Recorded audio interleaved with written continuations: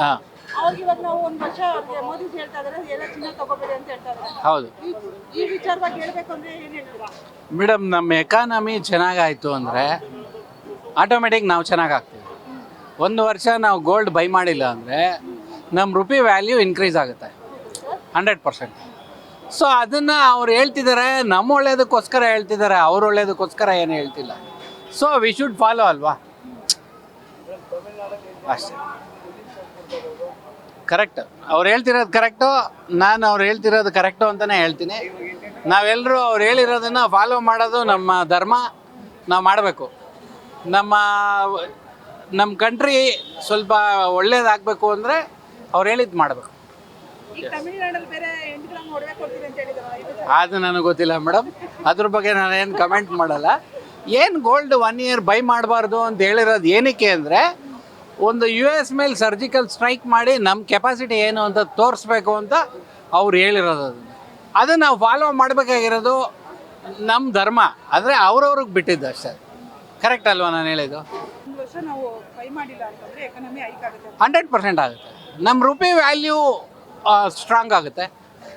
ಅವ್ರು ಏನು ಹೇಳಿದ್ದಾರೆ, ಏನಕ್ಕೆ ಹೇಳಿದ್ದಾರೆ ಅಂತ ಫಸ್ಟು ತಿಳ್ಕೊಂಡು ಆಮೇಲೆ ಯೋಚನೆ ಮಾಡಿ ಆಮೇಲೆ ಮಾತಾಡಿದ್ರೆ ಅದಕ್ಕೊಂದು ವ್ಯಾಲ್ಯೂ ಇರುತ್ತೆ ಅಲ್ವಾ. ಈಗ ಏನಕ್ಕೆ ಗೋಲ್ಡ್ ಬೈ ಮಾಡಬಾರ್ದು ಅಂದರೆ, ಗೋಲ್ಡ್ ಬೈ ಮಾಡೋದ್ರಿಂದ US ಡಾಲರು ಸ್ಟ್ರಾಂಗ್ ಆಗುತ್ತೆ, ರುಪಿ ಬಂದು ಇಂಟರ್ನ್ಯಾಷನಲ್ ಲೆವೆಲಲ್ಲಿ ವೀಕ್ ಆಗುತ್ತೆ. ಸೊ ವೀಕ್ ಆಗಬಾರ್ದು ಅಂತಂದರೆ ನಾವು ಬೈಯಿಂಗ್ ಮಾಡಬಾರ್ದು. ಸರ್ ಹೆಣ್ಮಕ್ಳಿಗೆ ಆಸೆ ಅಲ್ವಾ ಸರ್, ಒಂದು ವರ್ಷ ತಡ್ಕೋಬೇಕಲ್ವ ಮೇಡಮ್? ಸರ್ ಆಗುತ್ತೆ. ನೀವೇನೋ ಮೇಡಮ್, ಈಗ ಇನ್ನೊಂದು ಎಕ್ಸಾಂಪಲ್ ಹೇಳ್ತೀನಿ. ಈಗ 15,000 ಇದೆ ಗೋಲ್ಡ್, ಓಕೆನಾ? ಒಂದು ವರ್ಷ ನಾವು ಬೈ ಮಾಡಲಿಲ್ಲ ಅಂದರೆ ಗೋಲ್ಡ್ನ US ಡಾಲರ್ ವೀಕ್ ಆಗುತ್ತೆ. US ಡಾಲರ್ ವೀಕ್ ಆದ ತಕ್ಷಣ ಗೋಲ್ಡ್ 10,000ಕ್ಕೆ ಬರುತ್ತೆ. ಸೊ ಇನ್ನು 5,000ಕ್ಕೆ ಎಕ್ಸ್ಟ್ರಾ ಗೋಲ್ಡ್ ತೊಗೋಬೋದಲ್ವಾ? ಹಿಂಗೂ ಥಿಂಕ್ ಮಾಡ್ಬೋದಲ್ವಾ? ಆ್ಯಕ್ಚುಲಿ ಅವ್ರು ಹೇಳಿರೋ ಕಾನ್ಸೆಪ್ಟ್ ಪ್ರಕಾರ ಈ ಥರ ಆಗುತ್ತೆ.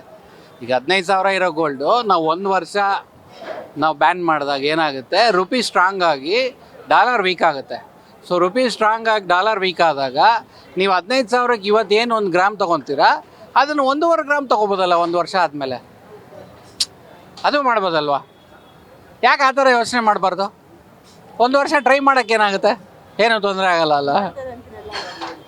ನಾನು ಹೇಳಲ್ಲ ಮೇಡಮ್, ಮಾಡಿ ಅಂತ ಹೇಳ್ತಾ ಇದ್ದೀನಿ ಅಷ್ಟೇ. ಈಗ ಏನು ಅದೇ ಓನ್ ವೆಹಿಕಲ್ ವಿಚಾರವಾಗಿ ಹೇಳೋದಾದ್ರೆ ಅಂದರೆ ವೆಹಿಕಲ್ ಓನ್ ವೆಹಿಕಲ್ ಯೂಸ್ ಮಾಡಬಾರ್ದು, ಗೌರ್ಮೆಂಟ್ ಬಸ್ಗಳನ್ನ ಅದನ್ನೇ ಯೂಸ್ ಮಾಡಬೇಕು, ಗೌರ್ಮೆಂಟ್ ಗಾಡಿಗಳು ಯೂಸ್ ಮಾಡಬೇಕು. ಅದೇ ಮೇಡಮ್, ಮತ್ತೆ ಅಲ್ಲೇ ಬಂದ್ರಿ ನೀವು.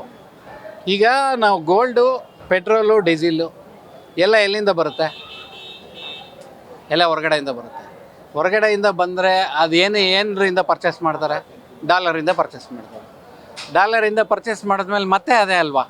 ಈಗ ಸರ್ ನಿಮ್ಮ ಓನ್ ವೆಹಿಕಲ್ ಅಲ್ಲಾದರೆ 10 ನಿಮಿಷಕ್ಕೆ ರೀಚ್ ಆಗ್ತೀರಾ ಏನಾನು ಹೋಗಬೇಕಾದ್ರೆ. ಈಗ ನೀವು ಗೌರ್ಮೆಂಟ್ ಬಸ್ಸು ಅಥವಾ ಗೌರ್ಮೆಂಟ್ ವೆಹಿಕಲ್ ಎಮರ್ಜೆನ್ಸಿ ಇರಬೇಕಾದ್ರೆ ಯೂಸ್ ಮಾಡಿ ನಿಮ್ಮ ಓನ್ ವೆಹಿಕಲ್ಲು. ಎಮರ್ಜೆನ್ಸಿ ಇಲ್ಲ ಅಂದಾಗ ಕ್ಯಾಶುವಲ್ ಆಗಿ ಗೌರ್ಮೆಂಟ್ ವೆಹಿಕಲ್ ಯೂಸ್ ಮಾಡ್ಬೋದಲ್ಲ.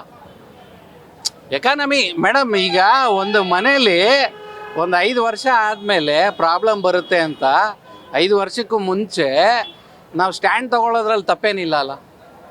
5 ವರ್ಷ ಆದಮೇಲೆ ಸ್ಟ್ಯಾಂಡ್ ತೊಗೊಳೋಕ್ಕೂ, ಎಲ್ಲ ಟ್ರೈನ್ ಹೋದ್ಮೇಲೆ ಟಿಕೆಟ್ ತೊಗೊಳೋಕ್ಕೂ, ಟ್ರೈನ್ ಇದ್ದಾಗಲೇ ಟಿಕೆಟ್ ತೊಗೊಳೋಕ್ಕೂ ತುಂಬ ಡಿಫ್ರೆನ್ಸ್ ಇರುತ್ತೆ. ಅವರು ಟ್ರೈನ್ ಇದ್ದಾಗಲೇ ಟಿಕೆಟ್ ತೊಗೊಳ್ಳಿ, ಟ್ರೈನ್ ಹೋದ್ಮೇಲೆ ಟಿಕೆಟ್ ತೊಗೊಬಿಡಿ ಅಂತ ಹೇಳ್ತಿದ್ದಾರೆ. ನಾವು ಥಿಂಕ್ ಮಾಡ್ಬೇಕಷ್ಟೇ. ಮಾಡಿ ಅಂತ ಹೇಳ್ತಾರೆ. Yeah, I think that this is a really good decision. Modi ಅವರು ಹೇಳಿರೋದು ಒಳ್ಳೇದಕ್ಕೇನೆ, because of the reason that ತುಂಬ ಸ್ಕೇರ್ಸಿಟಿ ನಡೀತಾ ಇದೆ ಎಲ್ಲ ಕಡೆ. But people travelling and considering ಬ್ಯಾಂಗ್ಳೂರಲ್ಲಿ ಎಷ್ಟು ಟ್ರಾಫಿಕ್ ಇದೆ, ಪೆಟ್ರೋಲ್ ಪ್ರೈಸಸ್ಸು ಇಷ್ಟು ಹೈ ಆಗ್ತಾ ಇದೆ. To control traffic as well as for the economy, I think that we should all take this on priority of traveling less and doing work from home, which is both convenient and nice. So ಈಗ ಮೋದಿಜಿ ಹೇಳಿರೋದಕ್ಕೆ ಕೈ ಜೋಡಿಸ್ತೀರಾ ನೀವು? oh yes, always support Modi. Yeah, ಮಾಡಕ್ಕೆ ರೆಡಿನಾ ನೀವು? Ready ಇದ್ದೀನಿ. ಏನ್ ಮಾಡ್ತಾರೆ ನೀವು? ವರ್ಕ್ ಮಾಡ್ತಾ ಇದ್ದೀನಿ HSR ಅಲ್ಲಿ. ಮನೆ ವರ್ಕ್ ಫ್ರಮ್ ಹೋಮ್ ರೆಡಿ ಇದ್ದೀನಿ, ಸಪೋರ್ಟ್ ಮಾಡ್ತಾ ಇದ್ದೀನಿ. ಎಸ್ ಪ್ರಧಾನ ಮಂತ್ರಿಗಳಾಗಿ ದೇಶಕ್ಕೆ ಏನು ಒಳಿತಿರುತ್ತೋ ಅದನ್ನ ಕುರಿತಾಗಿ ಅವ್ರು ಯೋಚನೆ ಮಾಡಿರ್ತಾರೆ. ಸೊ ಹಾಗಾಗಿ ಅದಕ್ಕೆ ನಾವು ಸಪೋರ್ಟ್ ಮಾಡ್ತೀವಿ. PM ಅವ್ರ ಮಾತಿಗೆ ನಮ್ಮದು ಸಪೋರ್ಟ್ ಇದೆ. ಅವ್ರು ಯಾವ ರೀತಿ ಹೇಳಿದಾರೋ ಒಬ್ಬ ಜವಾಬ್ದಾರಿಯುತ ನಾಗರಿಕರಾಗಿ ನಾವು ಹಾಗೆ ನಡ್ಕೊಳ್ತೀವಿ ಅಂತ ಹೇಳೋದಕ್ಕೆ ಇಷ್ಟಪಡ್ತೀವಿ. ಈಗ ನಿಮ್ಗೆ ಆಸೆ ಇದ್ದಿರುತ್ತೆ ಇರುತ್ತಲ್ವಾ ಈಗ ಒಂದು ಅಲ್ಲ ನಮಗೆ ಆಸೆ ಇರುತ್ತೆ ಕರೆಕ್ಟ್, ಬಟ್ ನಮ್ಮ ದೇಶಕ್ಕೆ ಒಳ್ಳೇದಾಗುತ್ತಂದ್ರೆ ನಾವು ನಮ್ಮ ಸಣ್ಣ ಆಸೆಗಳನ್ನ ತ್ಯಜಿಸಬೇಕಾಗುತ್ತೆ. ಅದು ನಮ್ಮ ಪರ್ಸನಲ್ ಅಲ್ವಮ್ಮ, ಒಡವೆ ತಗೊಳ್ಳೋದು ಇದೆಲ್ಲ ಇಲ್ಲ, ದೇಶ ಅಂತ ಬಂದಾಗ ಫಸ್ಟ್ ದೇಶ ಮುಖ್ಯ, ಪರ್ಸ್ನಲ್ ಎಲ್ಲ ಆಮೇಲೆ ಸೆಕೆಂಡ್ರಿ ಆಗುತ್ತೆ. ಹಾಗಾಗಿ ನಾವು ಮೋದಿಜಿಯವ್ರ ಮಾತಿಗೆ ಸಪೋರ್ಟ್ ಮಾಡ್ತೀವಿ, ಅವ್ರ ಮಾತಿಗೆ ಬೆಲೆ ಕೊಡ್ತೀವಿ.